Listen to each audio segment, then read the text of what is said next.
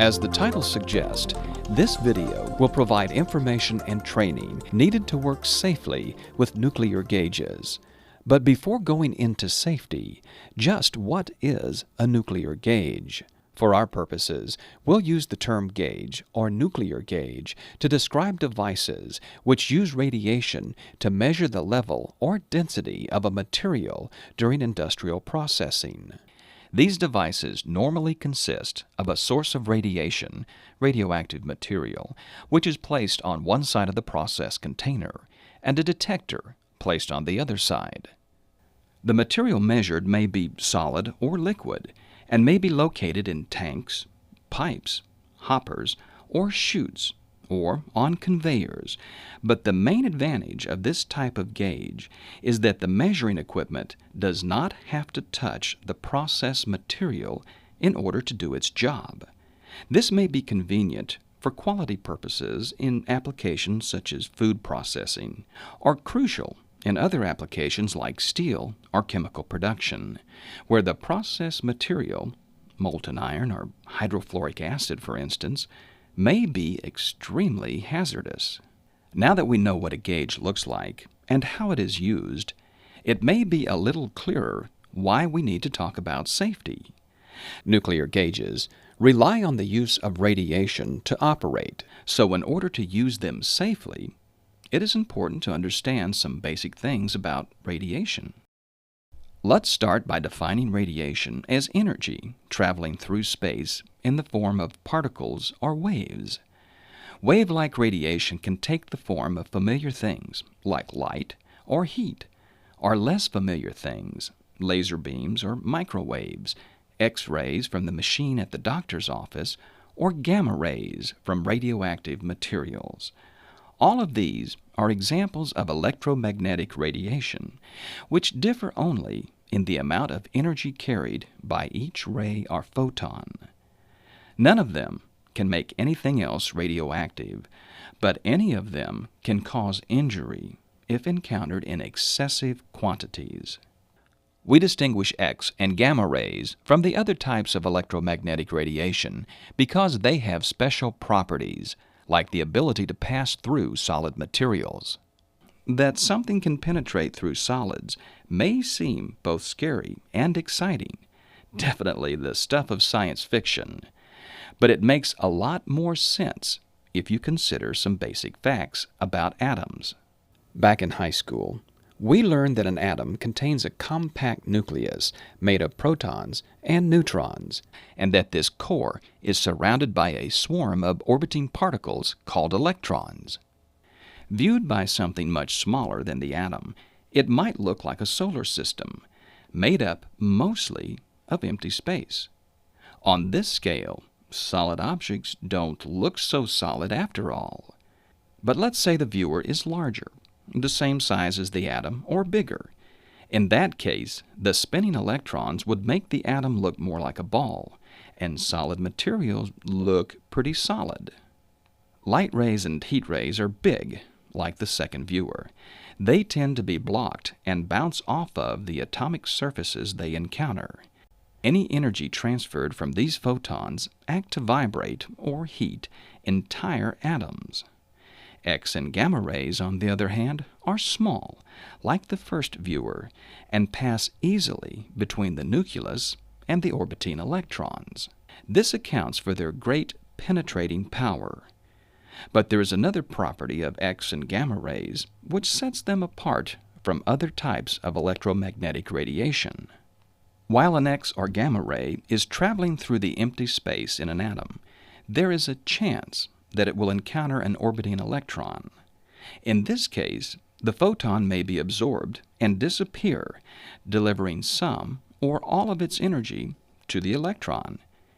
If enough energy is delivered to the electron, it may be ejected from the atom altogether. This process is called ionization, and radiation, which is capable of causing this, is called ionizing radiation. The penetrating and ionizing properties of X and gamma rays are a dual-edged sword. These properties make them useful and cause them to be potentially hazardous. The penetrating property was first noticed by Wilhelm Röntgen when he discovered X-rays in 1895. He found that this new radiation passed easily through air and lightweight materials, but not so easily through heavier materials like iron and lead. He also found that he could use lead as a shield to block X-rays. The penetrating property of gamma rays allows nuclear gauges to be non-contacting. That is, because the rays pass through solid materials like tank walls, the gauge can be located outside of the process container. However, because of this same penetrating power, heavy shielding is needed for personal protection. The ionizing property allows the detection of the radiation at the opposite side of the tank or pipe. A signal is generated by the detector when ionization takes place inside it. This signal can be used to control processing equipment, such as valves or pumps, which keep the tank from overflowing or adjust the concentrations of input ingredients. Ionization can also cause damage if it occurs in biological systems like people. To understand how, let's take a closer look at the human body as a biological system. The human body is composed of trillions of individual cells, made up of a variety of different kinds of molecules. The molecules can be as small as 2 atoms or as large as millions of atoms. Either way, the atoms are held together by chemical bonds. Chemical bonds are formed when the individual atoms share their orbital electrons. As we've seen, ionizing radiation can eject electrons from atoms. If the ejected electron was being shared in a bond between 2 atoms, then its removal would break the chemical bond and the molecule would come apart. It's the breaking of chemical bonds that we consider radiation damage. RNA and DNA are examples of extremely large molecules. Together, they are responsible for cell function and reproduction, so it is crucial that they remain intact. Their importance is reflected in the damage repair mechanisms which have developed over the course of human evolution. Specific enzymes have evolved which recognize breaks in DNA molecules and continuously repair the damage. The repair process has been measured as at least 99.9% efficient, so that only 1 in 1,000 breaks go unrepaired. But what about the ones that don't get repaired? What happens to them? Unrepaired damage to DNA can cause the cell to die, or can show up later as an increase in the risk of cancer or genetic defects. At this point, it's important to understand that you don't have to work with nuclear gauges or be X-rayed at the doctor's office to be exposed to ionizing radiation. We are all being exposed to this type of radiation all the time.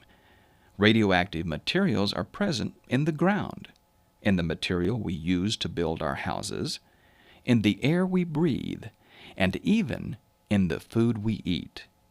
In fact, we ourselves are measurably radioactive as a result of taking in small amounts of radioactive materials all during our lives. The radiation exposure we receive from these natural sources is called natural background radiation and is a continual source of exposure to everyone on the planet.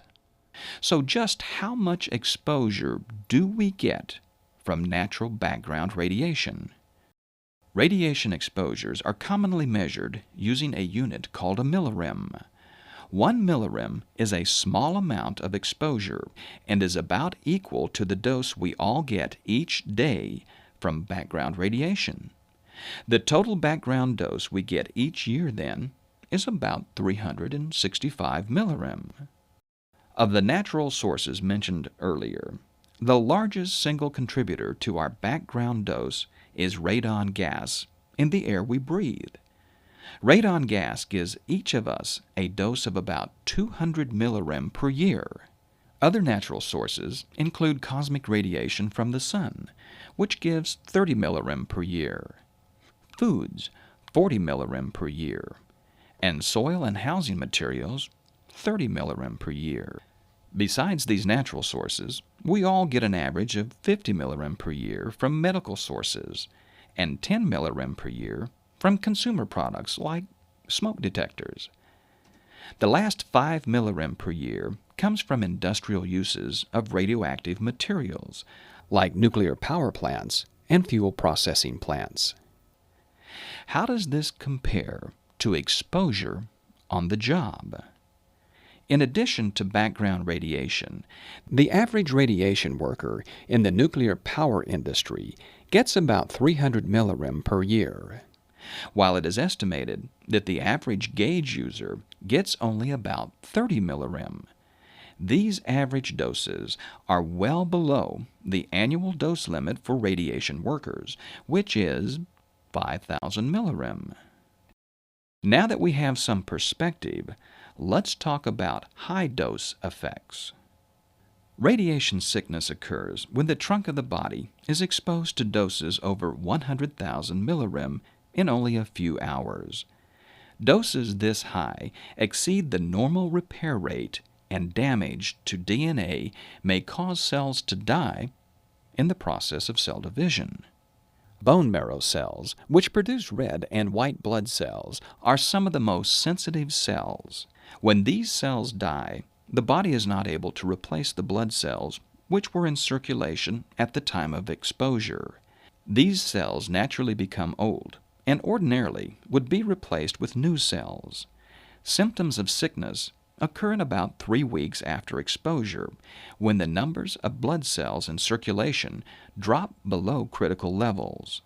Infection and anemia can normally be treated medically until the bone marrow recovers and blood cell counts return to normal in about 6 weeks. The severity of illness and chances of full recovery depend on the dose. As the dose level increases, other organs, like the small intestines, are damaged, and the chances of survival are reduced. 1 million millirem is the maximum short-term dose that humans can be exposed to and still survive. All of these short-term effects are avoided by government-set dose limits, like the one mentioned earlier, and radiation protection program requirements. All right. So we won't see any short-term effects. But what about long-term effects, like cancer and genetic mutations? We all know that radiation causes cancer, right? Well, let's look at the facts. Adverse long-term effects, like cancer, have only actually been observed in groups of people exposed to large amounts of radiation. To date, no increase has been observed in the rate of genetic defects in any human study group exposed to radiation, including the children and grandchildren of Hiroshima and Nagasaki survivors. No new types of cancer or mutations have been observed as a result of radiation exposure in humans. All of the known effects observed were known before radiation was discovered. When radiation-induced cancers have been observed, they were only seen as an increase in the normal rate of that particular cancer in the general population. Finally, it takes a long time for cancer to develop as a result of radiation exposure. Leukemia, the first long-term effect to show up, still takes between 2 and 7 years after exposure to develop. Solid tumors aren't seen for at least 10 years, and normally not until 20 years following exposure. Such long periods allow time for potential exposure to many other carcinogens. This makes radiation extremely difficult to study as the cause of a particular cancer.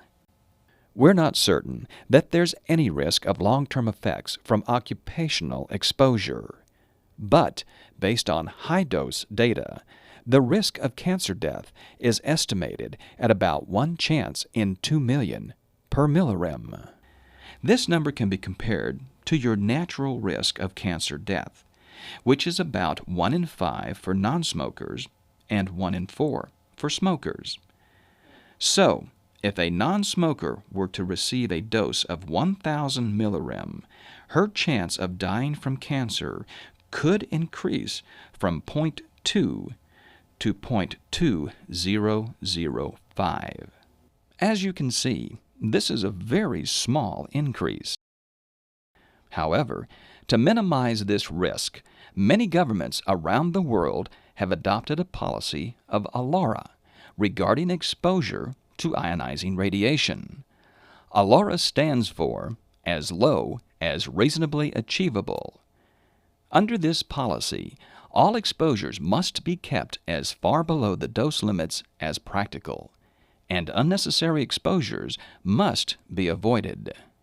Factors used to reduce worker exposures include limiting the amount of time spent near the source, maximizing the distance from the source to workers, and using shielding to reduce the dose rates everywhere except the useful beam.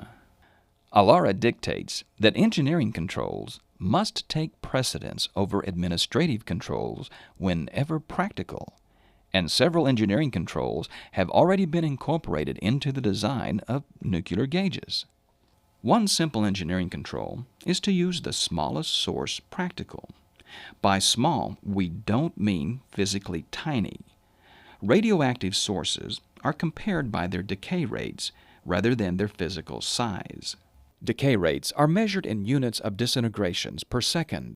A disintegration is said to have occurred when the nucleus of a radioactive atom expels its excess energy in the form of particles or waves, or both.